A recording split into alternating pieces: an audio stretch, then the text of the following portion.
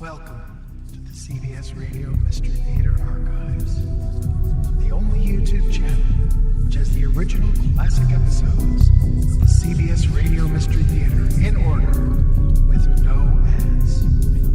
Thank you for listening, and now, enjoy the show.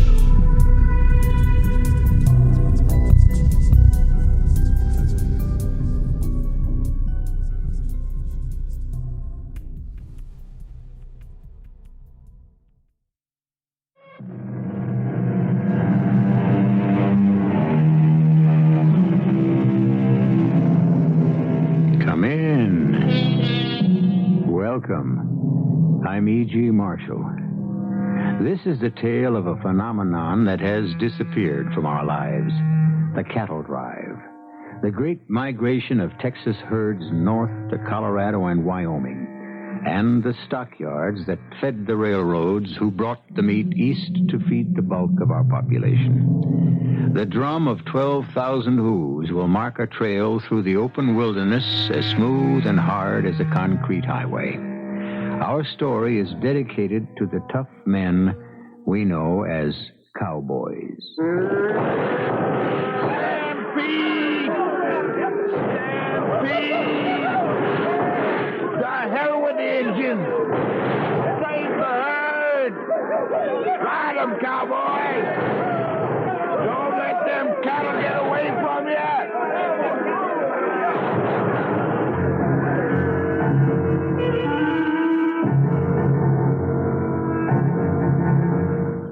Our mystery drama, Stampede, was written especially for the Mystery Theater by Ian Martin and stars Chris Tabori and Fred Gwynne.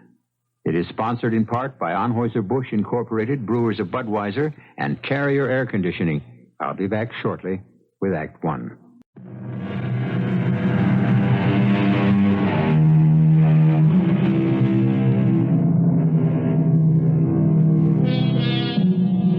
By 1865, the armies were dispersing. The men were winding their way home, tired, dispirited, and shattered at killing their brothers. The Union soldier may have had some uplift in the belief that his side was victorious, if in a bloody family conflict there can be any victors. But for the men of the Confederate armies, the return home was a long, weary road, with no hope left and very little joy. So Ned Parsons, volunteered at 17 and not yet 21, found his return to the Texas farm he had left with his father some 4 years ago. Who is it? I ain't surprised you wouldn't remember me. You forgot my father soon enough, I hear. Ned? Ned, is that you? I reckon I can't say no. Ned! Ned, boy! Oh, we've been searching how to find you out and no news. Some was ready to give you up for dead like my Harry, but I never did. Daddy's dead enough. But I guess you could say I'm still alive. Oh, Ned, boy, what's the matter with you? Oh, you look so fine, just so good to me. Oh, a bit thin, maybe, but we'll soon put some fat on you now you're home. I ain't home, Mother. But the war's over. A lot of things are over. What is it, son? You look so bleak. Ain't you glad to be home? All the long way, I thought how good it'd be to see you and Sammy and Jenny and Sue. I thought about how Daddy was gone. But I figured I'd done a heap of growing up these past years, and I was most about ready to take his place. Till I got to town and found that somebody else had already taken over you, my sisters and brothers, my dad's place, and my whole family. Oh, Ned, you gotta understand. Mom, you can't ask anyone who lived through Vicksburg or any campaign to accept some copper John who moves in while the rest of us was bleeding like Dad, dying for a cause. Stop it! Stop it! What good did this war do but split us all, a whole country apart? What sense did it make? I lost your father. I thought I'd lost you.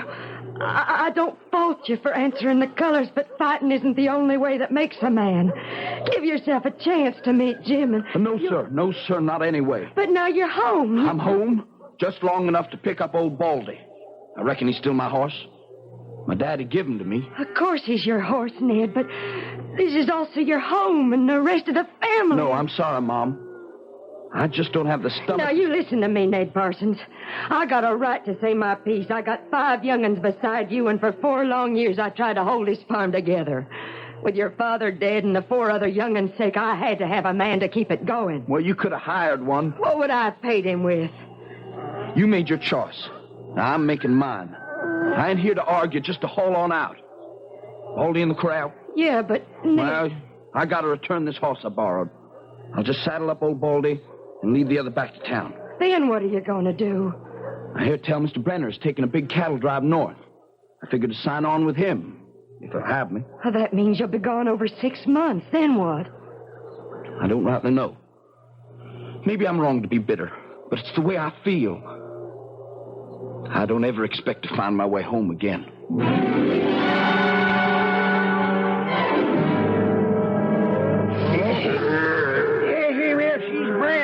She's branded now. Can I let her go, Mr. Brenner? Yep, it's sharp and clean. Yep, the Circle T. Okay, let her up. We're on our way. Only 2,999 to go. We gotta work. Mike, you break out some coffee and keep that fire going. There'll be more cooking there than branding irons. Muy bien, Senor Brenner. Do you want some prairie oysters when we got them to cook? Well, I wouldn't turn one down. Okay, boys, let's keep moving. We got a date up Cheyenne way before that trail gets too hot for a man to want to follow. Hey, Pecos, who you got over there? Young fella just rode in looking to sign on for the drive. Name of Ned. Ned Parsons, Mr. Brenner. Yeah. Do I know you? You might not remember me. I growed some since I seen you. I reckon you wouldn't forget my father, though. Will Parsons, by damn. You Will Parsons' son? Yes, sir. I ain't seen Will since he took off to war. Oh, say, didn't I hear... Yes, sir. My daddy was killed at Chickamauga. Oh, gee, I'm mighty sorry to hear that, son. He was a fine man. Yes, sir, he was. All of that. You wouldn't think anyone could forget that. No, I wouldn't, Pecos. Huh? You say something about Ned here wanting to sign up for the drive? Yeah, that's what he told me. I was hoping that you could use an extra hand, sir. Well, if I did, I don't think it ought to be you, son. Oh, now, if you was thinking of me as too young, I'd just like to say I'm home from near 3 years of soldiering. My daddy died in my arms at Chickamauga. Well, a man grows up fast in the war. What I was figuring was I got no right to take a man like you away from a woman who must need you a sight more than either the Army or me ever could. You mean my mother? Don't you think your first duty ought to be to her? No, sir. My ma don't need me. My daddy was out dying for his country. She found some old copper John to sneak in and take my dad's place. Now, boy, I'm going to warn you. I won't listen to one slight against Martha. Well, I ain't slighting her. Now, she's married decent enough for sure. All I'm doing is faulting her. And that's the last I'm saying, except, well, she don't need me. Could you find a place for me? Well, it's a long haul to a far country. That's what I'm looking for. It's almighty lonely. And all work. That suits me fine. Coming out of the war between the states, you ought to have time to, maybe see some gals. Let down a bit. I got some long thinking to do, sir. And women don't set right good with me at the moment. We could use them, Mr. Brenner. Well, yeah, that's just what we're going to do. We'll start them off on the left drag. You'll be eating dust all the way north. But once we get moving, I'll rotate. Now make sure he's got a good gun and bedroll. Now all we're waiting on is finishing the branding. And we're ready to roll.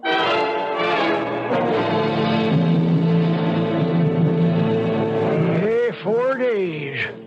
Man, I am glad that branding is over and done with. I am dog-tired and hog-weary. How's that burn of yours, Ned? Oh, it'll heal fine, Pecos.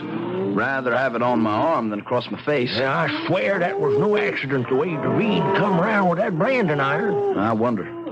He's a mean cuss, Ned boy. Now, you watch Snake DeVine. He's worse than a rattler they named him after, 'cause he don't sound no warning. You think he burned me on purpose? And I didn't see what happened, but I wouldn't put it past him. Hey, you two run foul of each other some way? When we were choosing ponies in the remuda, there was a pinto he wanted, and it was my turn to pick. He took it amiss that I wouldn't give him that pony. Well, why should you? Mr. Brenner give orders, and anyway, it was your turn. That's sure enough the way I felt. Well, you was in the right. Mr. Brenner is the trail boss, not Snake Devine. I don't understand why I'd hire a man like him. Because, son, he's the best point man this side of the Pecos. Now, he may be ugly and ornery, but someday when them dumb loco cows take it into their minds to stampede, you might just be glad to have someone tough as Snake to turn them back. Now, I seen him ride into a herd and face him up eyeball to eyeball with a lead steer and drop him with a shot through the skull. It stopped them cattle before they tore up half the territory. Boy, that takes guts. All right, he's got guts. That don't mean I have to like him. Yeah, don't go looking for quarrels unless they're forced on you, Ned. The drive is a long time, and a man's got to keep a level head.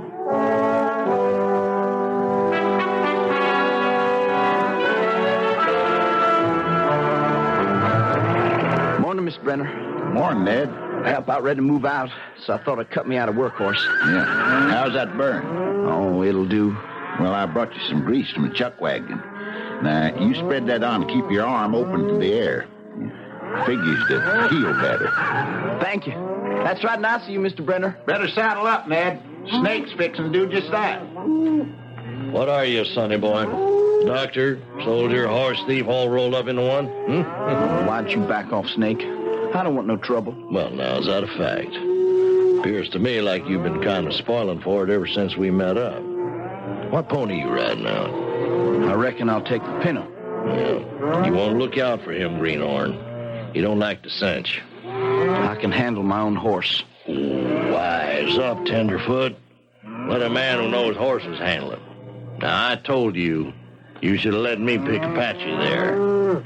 Now, why don't we face to it and make a deal, huh? You let me have him in my strength. No. Now, we don't want to start out on the drive with bad feelings, do we? As far as I'm concerned, we already have. Well, what's that? Oh, that's Cookie's bell, but this time it isn't for us to eat. We're ready to pull out.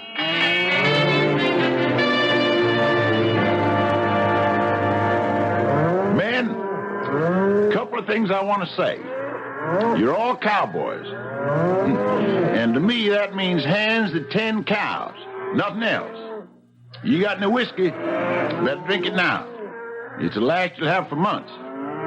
Now, I find any man on the trail drinking, he gets paid off right there and turned loose with his own horse and one other. We got 8 spots to control the herd. The points will be Devine and Dago Red. They got the most experience. The other 6 are the 2 flanks, points, and drags, who are going to eat a lot of dust. So they'll rotate, morning and afternoon clockwise. Now, keep your guns in your belts, even in stampedes. And a hat or a bandana waved is just as effective. And remember one thing, it's a long trip.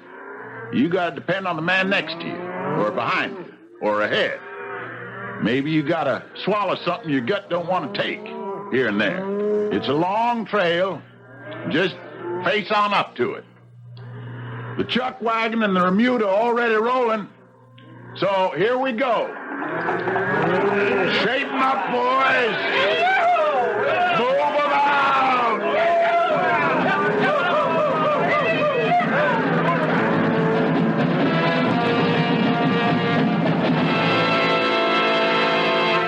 It's a vanished tradition, of course, but in the days when it existed, the cattle drive was of enormous importance to the economy of our country. And the men who contributed to it were the pioneers of the 19th century. They had one advantage over our pioneers of the 20th. They were concerned in construction. So much of this century is centered on destruction. I will return shortly with Act 2.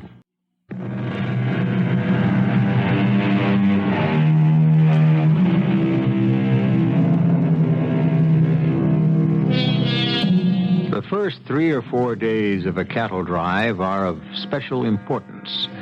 The instinct of every separate steer or cow is to want to return from where it came. The thing to do is to keep the cattle content, to let nothing frighten them from outside, to assure them they are safe. Out of this grew 1,000 cowboy songs. A soft, soothing singing to the cattle lying down at dusk is what developed a whole literature of Western music. And the cowboy who loved you so true. Everything quiet, Ned? Oh, yes, sir, Mr. Brennan. Good. You keep it that way. You move out at least 50 yards if you even want to spit. Anything, a coyote, howl, sneeze, spurs jangling could bring them critters to their feet and start them heading off for home. Yeah, 3,000 of them. Once they get set, they're mighty hard to stop. I know it, sir. Well, I'll see you. Yes, sir.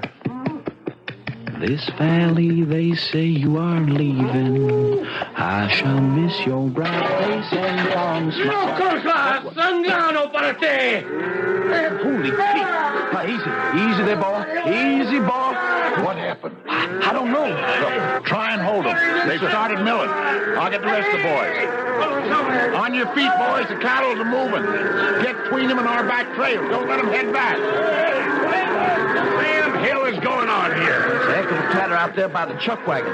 Got the herd all riled up. Oh, that damn Mexican coffee bean. I'll teach him a lesson. Oh, no, Senor Negro Serpiente. Do not blame on me, senor. Get your tongue off of me, Max, or I'll take my rope to your back. You keep quiet, gringo, or I got my initials on yours. That's all I was looking for, a good excuse. Now, hold it. What's up, Max?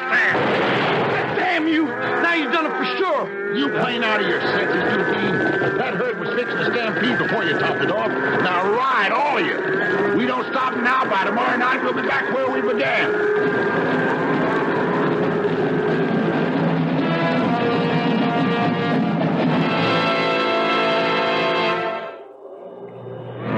Dish the coffee out all around, Mike. Then put the pot back in the wagon, huh? Si, Senor Brenner. But listen, now don't none of you get any idea this here is any party. It's more in the nature of a court. Now, we're just lucky we headed off that route, but it cost us 5 head. 2 we had to shoot, 3 got trampled. And on top of that, we're going to lose a full day while the cattle rest up, and the hands. Now, I want to know how come there was all that clatter of pots. Well, ask Mack. Came from his wagon. Sure, but you make it. Deween? How? He was looking for my whiskey. That's a barefaced lie. Mike, you got whiskey in your wagon? Sure. Always I carry it. Spite of what I said before we moved out. It's not for drinking. It's for, what you say, medicine if someone is hurt. Will you listen to that? Senor Brenner, you can smell my breath. And why if I go for my whiskey when I know where it is, I am so clumsy, knock down my own pots and pans? Well, what do you got to say to that, Dewey? Well, you going to take the word of a white man over some lousy Max? I wasn't near the wagon. Ned, you were closest. What do you think? Well, it was dark, Mr. Brenner. I only heard the noise. I didn't see who caused it. But what, son? Well, when Snake Devine here rode up, he come from the direction of the chuck wagon. I put my money on Mike's word against his. Why, you lily-livered hag. You can stop right there, Deween. I know if it hadn't been for you last night, we'd have never got them cattle there stopped. And we sure as hell can't head for Cheyenne without a cook. So let's write this one off, huh? Excepting for one thing. You're coming with me right now, Mike, and get that whiskey and empty it out on the ground. That way, no one's going to be tempted into any more accidents. Now, come on. Si, Senor Brenner. I'm going to tell you something there, soldier boy. What's that? I ain't got no forgiving nature like Mr. Brenner there. You got a big mouth. It's a long trail, and I got a long memory. So next time I burn you, it won't be with no branding iron. It'll be just plain hot lead.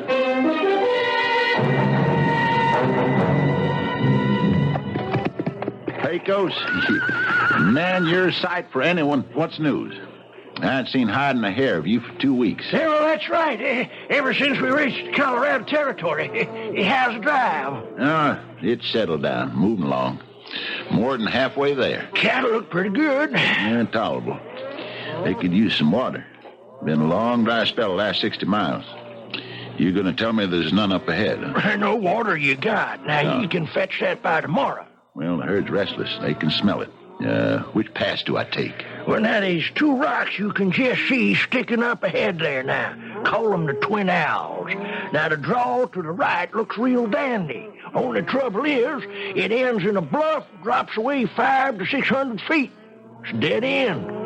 That's a mighty fine name for it. And the other pass? Yes, it's crawling with Comanches. That's what held me up getting back to you. And now there's some settlements in there, and, well, God help the folks in them. Just scattered farms. Is that a full war party? Oh, yes, sir. Headed our way? I'm afraid so, and not far off my tail. Now, I'd get set up for an attack at sundown.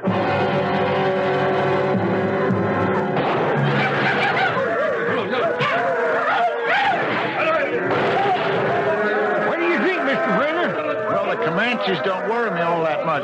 Just a small war party. And for some reason, they ain't got their hearts in it. Well, I think their main interest is to try to stampede the herd. Yeah, that's what worries me. Yeah, and if they can head them to that right draw, we stand to lose half the herd off that bluff I told you. Now, the front half will be shut right off into the valley, and they can pick and choose their meat when they want. Yep. Say, Ned, get on down the line. Tell Mike, Buck, and the 2 dragmen try to hold off these Injuns if the cattle stampede. Then you come on back with the rest of us and ride herd of these cows. They gotta go to the left of them twin rocks. Right, Mr. Brenner. How's it going, Mike? I think I got one, but...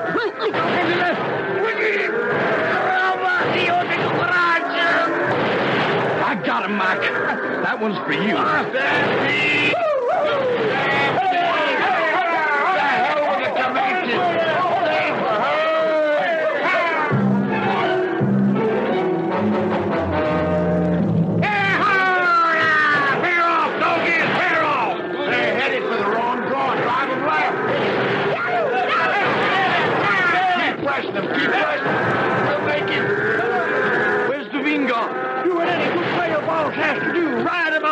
What does that mean? You just watch him, son. He's riding straight for the lead steer. He'll be trampled. Unless you look down that old longhorn. Now, if old white-faced steers first, we've saved the herd. Don't keep pressing on the flag. Yes, sir. Hard as I can. My Dad, he did it. Oh, and the herd will follow that old lead steer. All right, shape him up, boys. Shape him up. We're going by the left fork.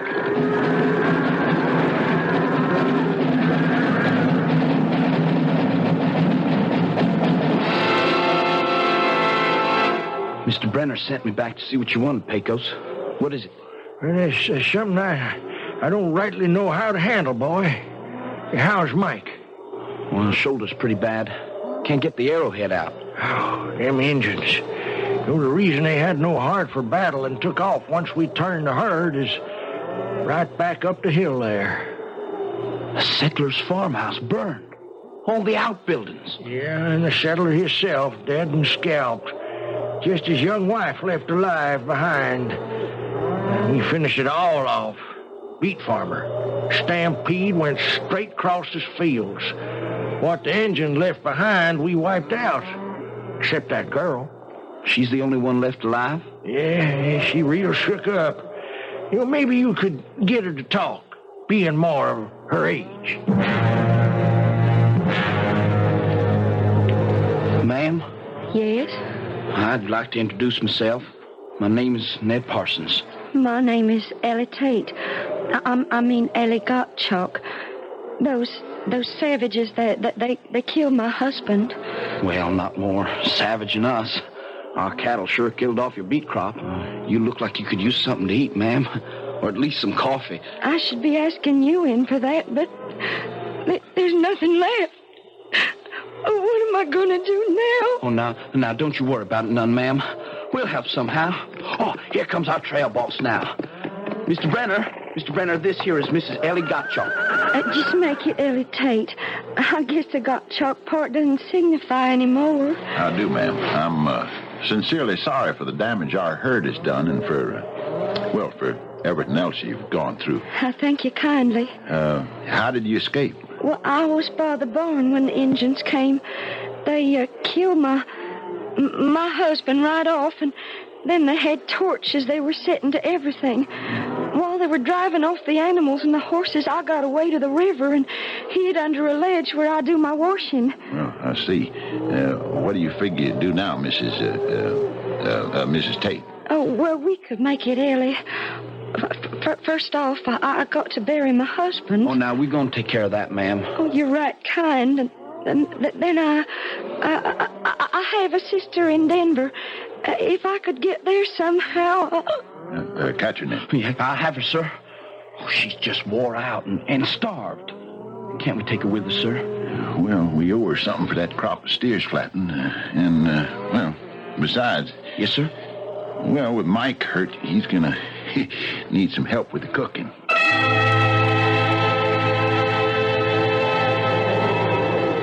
So, consign we Hans Gottenschalk to peace and eternal rest, into the care and mercy of our Lord God.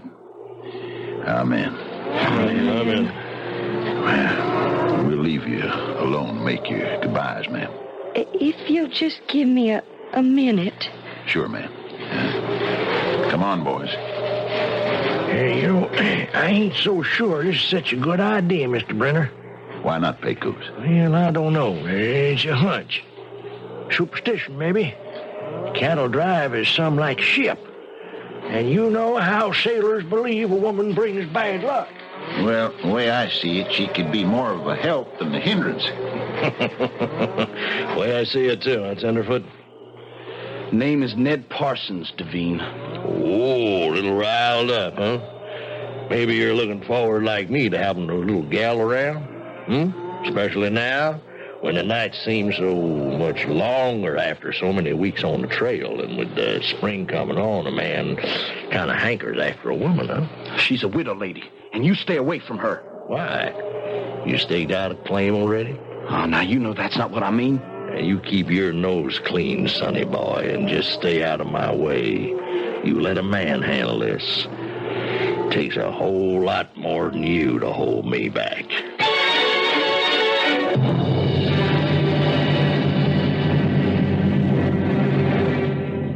Strangely prophetic words from Snake Devine's lips, if you only knew it. For a lot more than he bargains for stands in Devine's way to Ellie. And when Ned and he finally tangle, the same strange force will stand allied with Ned. I shall return shortly with Act 3.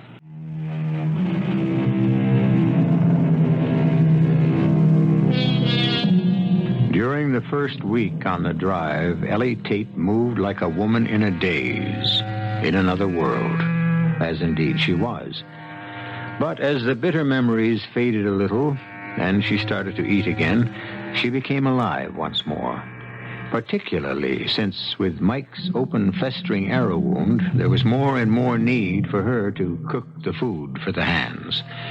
Now at the end of the day, with the evening meal over and the night riders out, Ellie threads her way past the campfire through the shadows of a small clump of aspen just coming in leaf.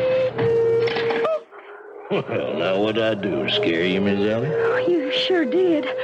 Hiding out like that. I wasn't hiding.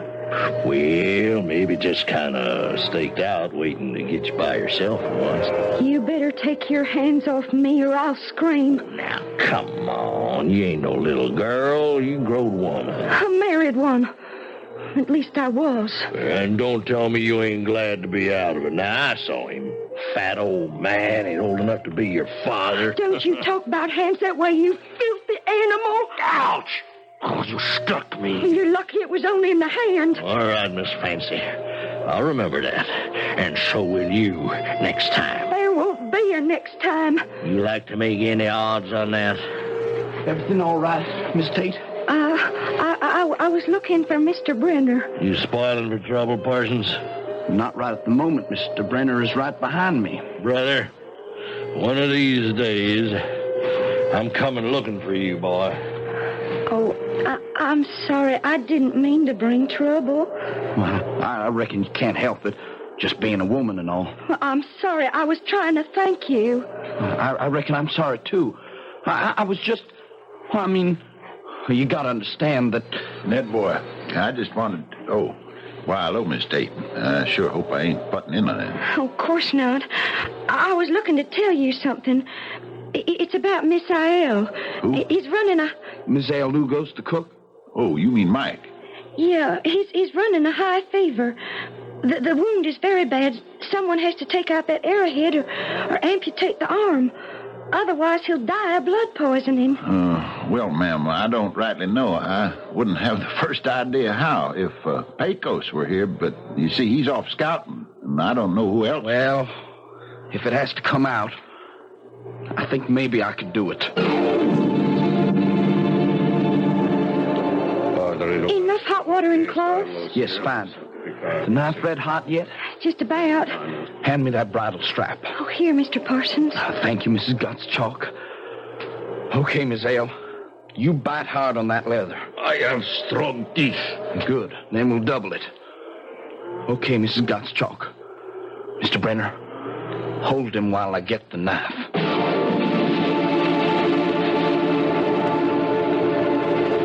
You should get some sleep.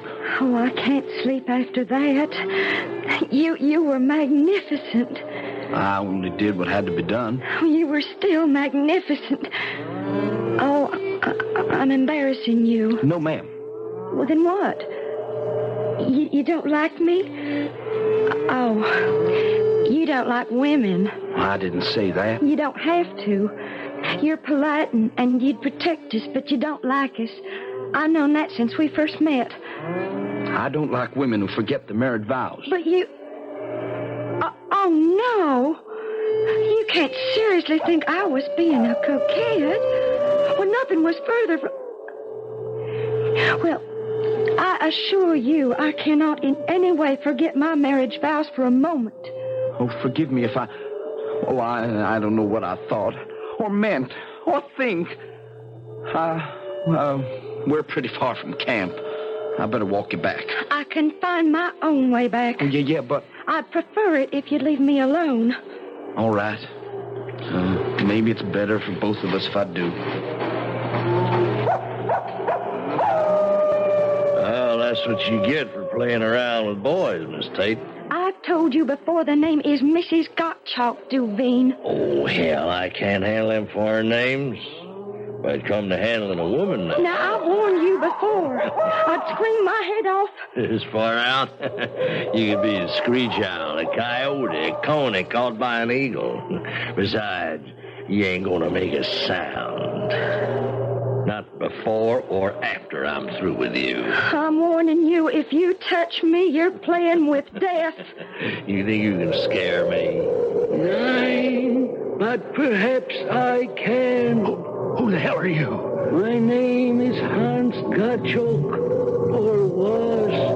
You will take your hands off my wife. But you... I'm seeing things. You're dead. You've been scalped by the Indians. Ah, as you can see, I have no scalp, and I am dead. But I cannot rest in the grave, because I promised the little one. Well, I will not rest till she is safe. You will go now and never come near her again. Near her.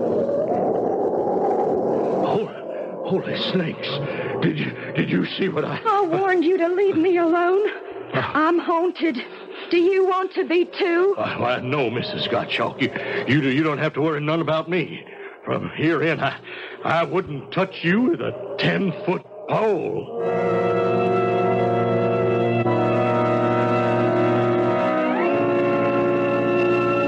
So, you think we got no problems up ahead, Pecos? No, sir. Now, you should roll right into Cheyenne about 10, 12 days from now. Fine. I reckon we're near abreast of Denver by now. I can send Miss Gottenschalk on in there tomorrow. Yeah, well, Mike back to his shelf again? It appears to be. He's mended over fine the last month. He looks good. More than I can say for little Miss Ellie. She looked kind of peaked to me. That snake giving her any trouble? No. For some reason, Duveen avoids her like the plague. She put the fear of God in him somehow. Well, that takes a heap of doing. Sure enough. Yeah, she's a lot of woman. You know, I always had a notion that her and Ned, I think they both had more than a notion. I think they're both eating their hearts out for each other. And why in tarnation don't they get together? I like that boy. Yeah. I love him like he was my own son. And we owe the woman something after what we did to what was left of the farm when the cattle stampeded over it. Now, that's a fact. Let's see. All right. You talk the boy, and I'll take the girl. Mr. Brenner, I know you mean to be kind, but please, just let it be. Now, look, it's only because I feel you're fond of the boy. I love him. I admire him. I don't expect ever to meet anyone like him.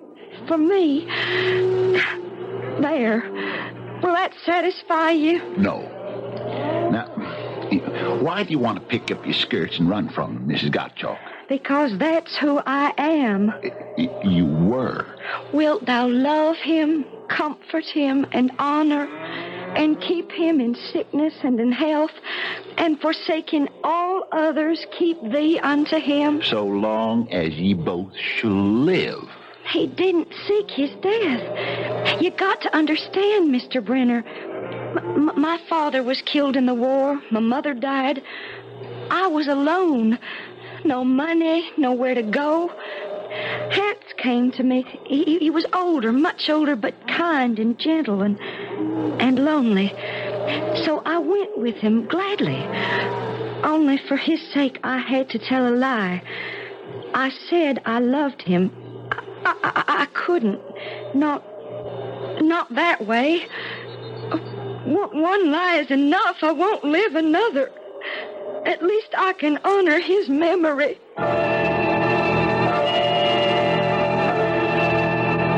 It's just no use, Pecos. It just ain't in the cards. Now, come on, boy. Just listen to reason. This ain't a thing that has to do with reason. It comes from the gut. If I was to make any move towards Ellie, I'd be putting myself in the same class as that copper John my ma betrayed my father with. And nothing you can say will change my mind. Nothing on earth. Now leave me alone, Pecos.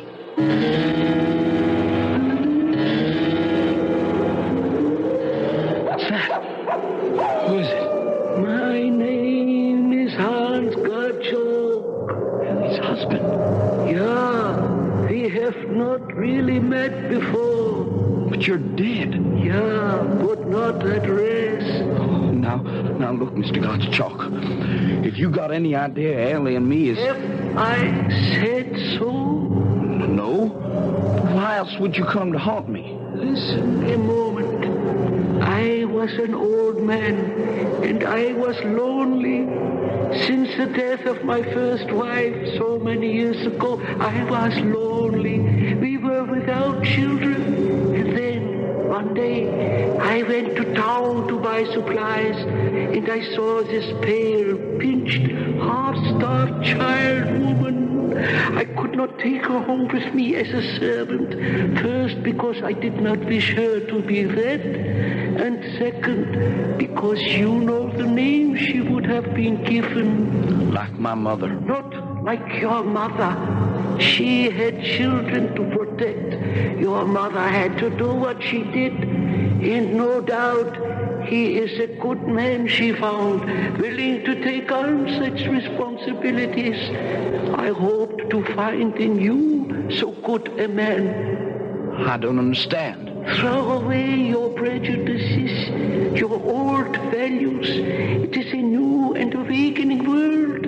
I beg you, since you love her, to marry Ellie and be happy ever afterwards, as much as the good Lord allows you to be. My time is come, and I can rest. it is up to you how well I may.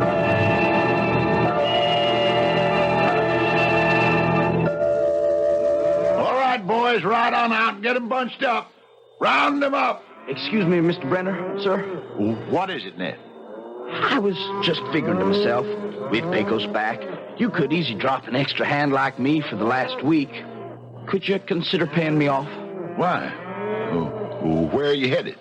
Well, you see, Ellie and me here... Mr. Brenner, the only lie I ever told in my life was that I have a sister in Denver.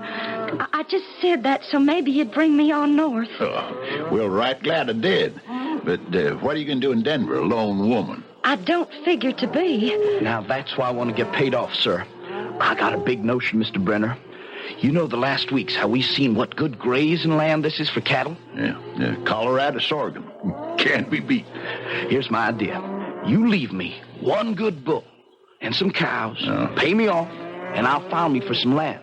By the time you go south again and come back with your next drive, we'll have the beginnings of a herd right here. You did say Ellie and you, huh?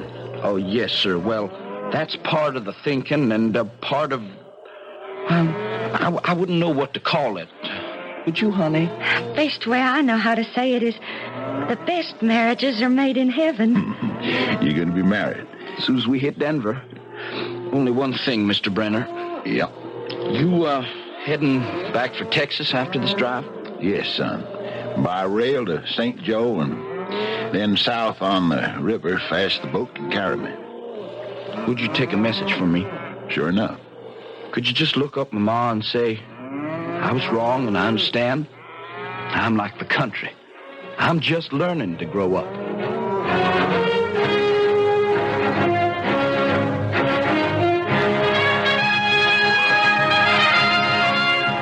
Again, I leave all of you who follow our stories to decide.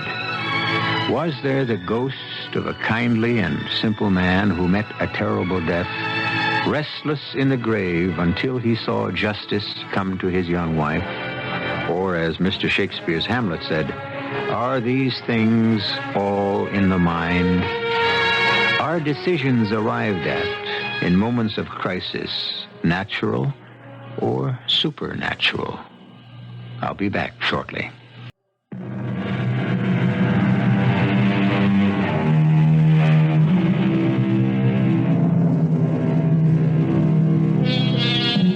Man is the sum of his experience, and few of us would deny the existence of God or some omnipresent factor that guides us, affects us, suggests our choices. Why not that gentle, maimed German Quaker, Hans Gottschalk, who should be allowed, from the goodness of his heart, to rescue at least one human being, Ellie, and who, in rescuing her, restored another, Ned Parsons, and through them, their children and their children's children. Of such is the kingdom of God. Our cast included Chris Tabori, Fred Gwynne, Catherine Byers, Gilbert Mack, and Earl Hammond. The entire production was under the direction of Hyman Brown. And now, a preview of our next tale. What is it, Abby? Oh, the Lord preserve us. It's your young lieutenant come to try to steal you away like a crazy man. But where? How? I have to go to him. Abby threw some kind of robe over me as I rushed down to the lawn. Theo and the man who was supposed to be my father were there, standing over the body of a young man dressed in colonial British uniform. He was quite dead. It was enough to shock me out of my mind. But what was even more horrendous was that the body, lying dead in 1776, was the man I had married the day before, in 1976. Radio Mystery Theater was sponsored in part by Buick Motor Division. This is E.G. Marshall inviting you to return to our Mystery Theater for another adventure in the macabre. Until next time, pleasant dreams.